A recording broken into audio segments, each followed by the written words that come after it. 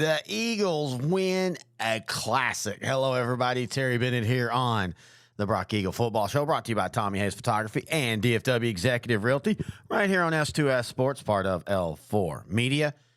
As the Eagles scored first and then basically held Paradise off, 26-14. Special teams, big plays on offense, big plays on defense. It was all on show last Friday night. Huge win for the Eagles. I'll say it again. We say it in the interview. This is why you play the schedule you play in non-district. Games like this. Paradise on their year has played a solid non-district schedule, a good Munster team in 2A, a Millsap team that's starting to surprise people in their district. They're going to make the playoffs. But neither one of them match up to a Wimberley or a Gunner or even a Wichita Falls Hershey or a Pleasant Grove. And I said it on here early in the season, and I sent it to him in a text when we were talking about it after, I think it was after the Wimberley loss.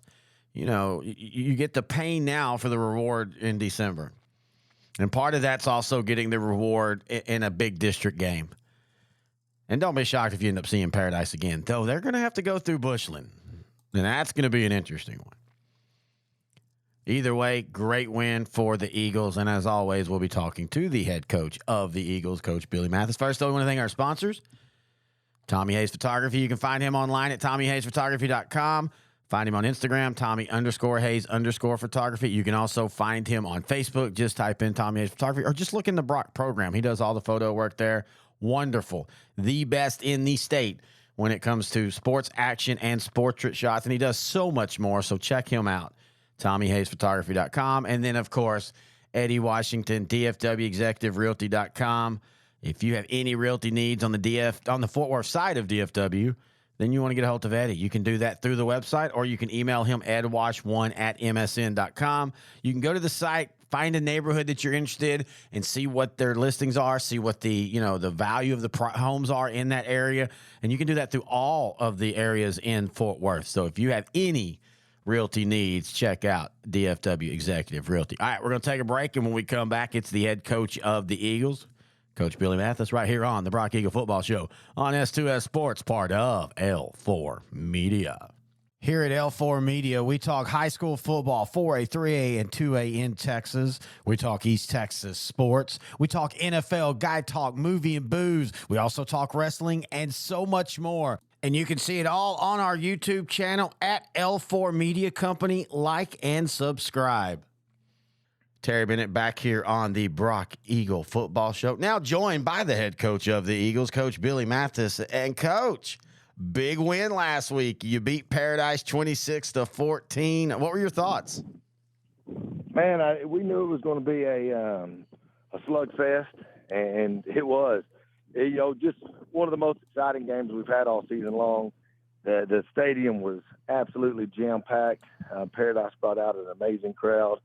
And, of course, Rock Nation showed up in droves. So it was set up. And, of course, everybody was saying, this is going to be for the district championship. And I was proud of our boys, man. We went out there and, started out the game hot, scored on the second play of the game. Brody with a big pass to Finney. And then, we go out and make them punt. And Colt Matlock returns a 70-yard punt. And we're up 13-0 in the first, 2 minutes of the game.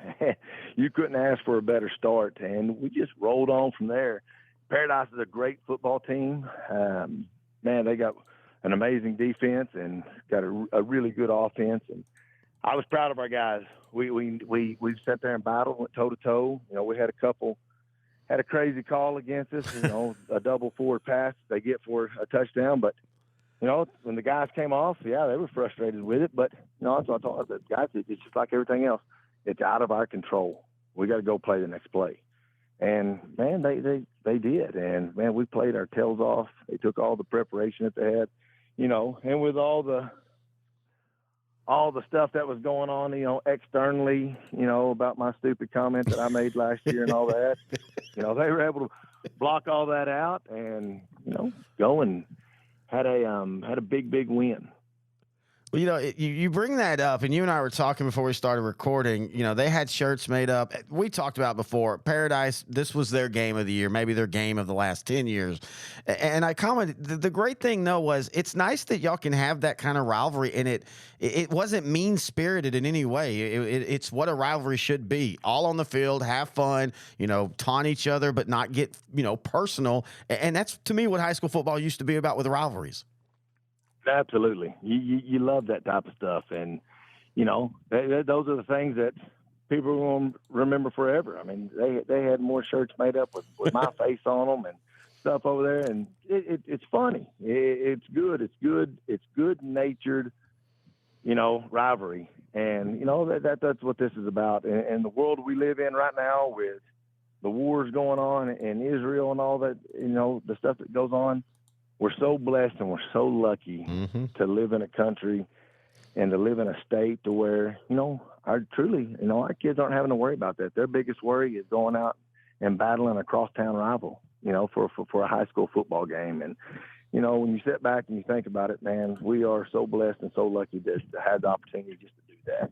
Yeah, totally agree with that. So you talk about that bad call, and you talk about, you tell your kids, hey, you don't control that. Let's go out and do the next play. As a coach, when you're arguing your calls, do you have that in the back of your mind? Like, hey, I want to argue. I want to get my point across. I think it was a bad call, but I don't want to do it too much because I don't want my players thinking, oh, man, he's so mad about it. We must have got screwed. We're going to lose this game now.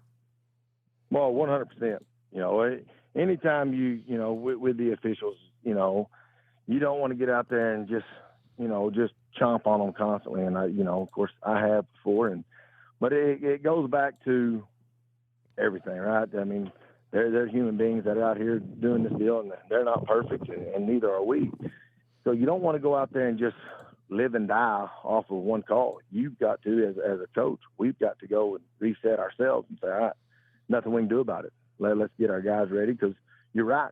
When we're sitting there chomping on the refs the whole time, it feeds to the kids. The kids see it, and, all of a sudden now they're able to make an excuse. Hey, well, the refs got us on this. Well, we try to live without excuses. We try to make sure we, hold ourselves accountable on all our calls. And, really and truly, we get in there, we got the quarterback wrapped up. If we get him down to the ground, he never even has a chance to do it. So, that's the way it goes. So, yes, you don't want to just sit there and live and die on one bad call. Or, sometimes those calls, when you go and watch film, it was the right call. Yeah. And, so you got to move on, and you got to go play the game. Well, I know we've said this before. We said this last year, but that non-district schedule, in my opinion, set up what this game was, because you and I talked about this off the air. Nothing against Paradise. They've played solid teams, but they in no way played a Wimberley, a Gunter, a Pleasant Grove. And this set the table to where when y'all saw Paradise, your players are like, okay, we've seen faster. We've seen bigger. We're good to go. Yeah, it's another football game. We try to live week by week and not just sit there and build something up. And, we've done that before and built it up, and it's bit us in the butt. And we've learned from that, going out and being able to play 4 quarters early in the year the way we have, going out and be conditioned the way we are, going out and having that adversity that we had early in the year. It conditioned our guys. It got our guys ready. It's one of those deals of, if you never done it, it's hard to replicate it in practice. But when you've done it game-wise, you know what to expect. You know how you're going to handle it. You know what you did wrong. You know what you did right. So, we try to use all that stuff in non-district to build what we are in district. And, once again, nobody likes losing, but you can't be scared to go out and play people that are better than you to get your team ready for when the games that count. You go on the road, you take on a Ponder team that's very young, a new coach. They play defense this year, something that Ponder hadn't done for a while. They lost a tough one last week. They're literally fighting for their playoff lives. When you see, what do you see when you see them on film? Man, you see a group of guys that have really grown. And, man, again, you're exactly right. They're playing better defense than they have in the past 2 years.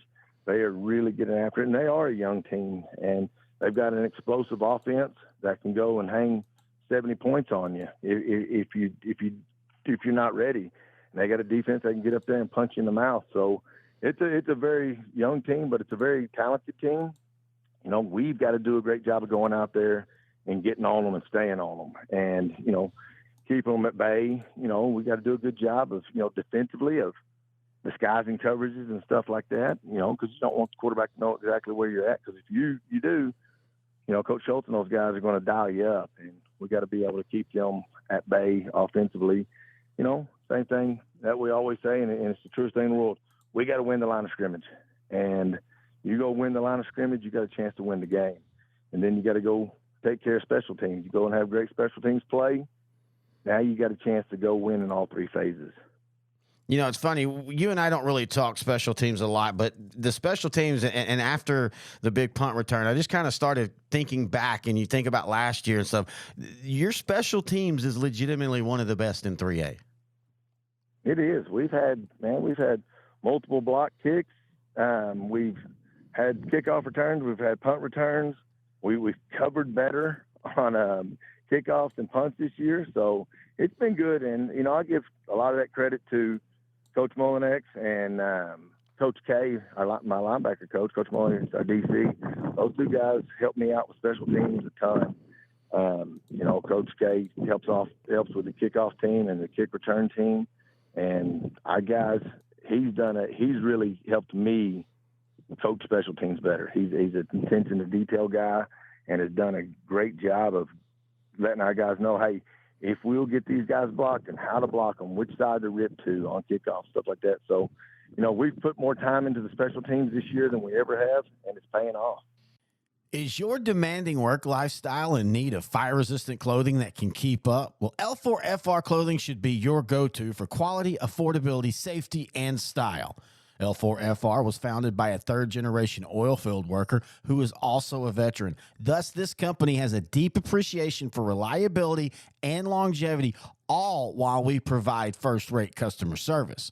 Our durable apparel will serve you well for many years to come, whether you're working on a pipeline, a lineman climbing utility poles, or in any other environment requiring fire-resistant apparel. L4FR has you covered. Our apparel is tough enough to resist hazardous conditions while still providing high comfort and style. L4FR provides clothing options to ensure your safety and comfort, whether you're on the job or not. To view our complete inventory of flame-resistant garments, please visit our online store at l4frclothing.com or give us a call at 817-757-4935. Si habla español. As always, I want to thank the head coach of the Eagles, Billy Mathis, for joining us. Now Brock has a different type of test. You're playing a team in Ponder that is very young, has a lot of talent. Defense has turned around from where they were last year. This isn't, the Ponder that gives up 60 points to everybody. And they're fighting for their playoff lives. If they'd have beat Peaster last week, they would have clinched a playoff spot. They go all the way from that to they've got to beat Whitesboro for sure, and it would really help them if they could pull a huge upset off against Brock. So as a Brock team, you now go from a what has become a blood rival, with respect, of course, but still, Paradise is a big game. T-shirts were made. You have Pilot Point at the end of the year, who they may be down, but hey, it's Pilot Point, and Brock loves to beat up on Pilot Point any chance they get. And in the middle of that, you've got Ponder. A team that, even me and Coach Mathers talking about, there's just not a lot of, football rivalry between the two. And so there's that chance of a trap game. And so I'll be curious to see how Brock responds to that. Because every other game in district that they started the year off, when you look at it, are big games, even if the game itself isn't close. Boyd, big rival. Peaster, that's become a big rival. We all know the Whitesboro. We all know Paradise. Again, Pilot Point. And then there's Ponder. And so how does Brock come out against Ponder? Because if they come out flat, the Ponder Lions will pounce. No pun intended. No joke. That's not really a pun. No joke intended. And again, they're fighting for their playoff lives. So it will be interesting to see how the Eagles, respond to that going on the road. Senior night for Ponder, an extremely young team with a new coach. By the way, if you'd like to hear what Ponder feels about this game, you can check out the Ponder Lion football show that we do. So if you want to get a feel for that, also check out Matt Diggs and I. We did a North Texas show where we talked 4-3A Division I. Of course, he has a 4-3A Division I show that he does. So go check his stuff out too. Matt Diggs is awesome. So we'll see how they respond. Either way, though, great win, fun environment last week. These are the games that you look forward to, and it's good to see that the Eagles were able to come up and beat a team that was definitely gunning for them for the whole year. Any questions, thoughts, or comments, email them to me, Terry. I don't know why I said T. Terry at S2SSport.com. Again, thank our sponsors, Tommy Hayes Photography and DFW Executive Realty. And until next time, this has been the Brock Eagle Football Show right here on S2S Sports, part of L4 Media.